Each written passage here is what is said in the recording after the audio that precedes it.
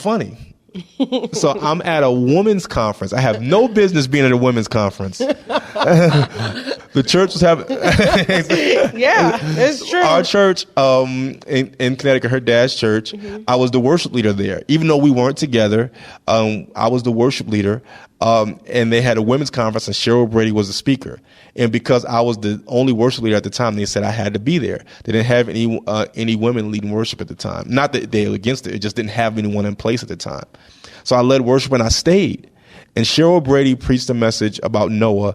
And I'll never forget the ending verse that she said was, "And God remembered Noah." And at that moment, I felt like God remembered me. He remembered our marriage. He remembered everything we were going through. He remembered our situation. And because of that, he would help me get to wherever I needed to be. And I realized that my purpose was sewn up into her. So at that moment, I said, we're going to change our lives. And I went and told Trina, and I said, and I, you know, because we had been separated for so long, I don't think she even really realized I was serious.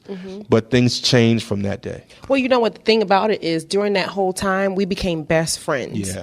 Like, even though we thought we were so close when we just, you know, went to the Justice of Peace, we really had no idea what true friendship was all about until we started struggling in our marriage. And I had to take off my being married hat, and I had to put on my being a friend hat.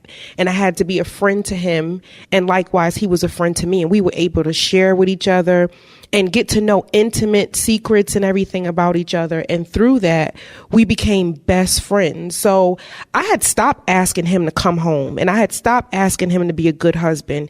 I was just concerned about his well-being. So when he came to me and he said that things are going to change, I was like, what are you talking about? Like, we're friends. We're good. What do you mean things are going to change? And he just totally turned. He started coming back home. He started, you know, instead of my son going to spend the weekend with him, it was like we were all in one house again. And then I got pregnant again. Yeah. And here we are today. You guys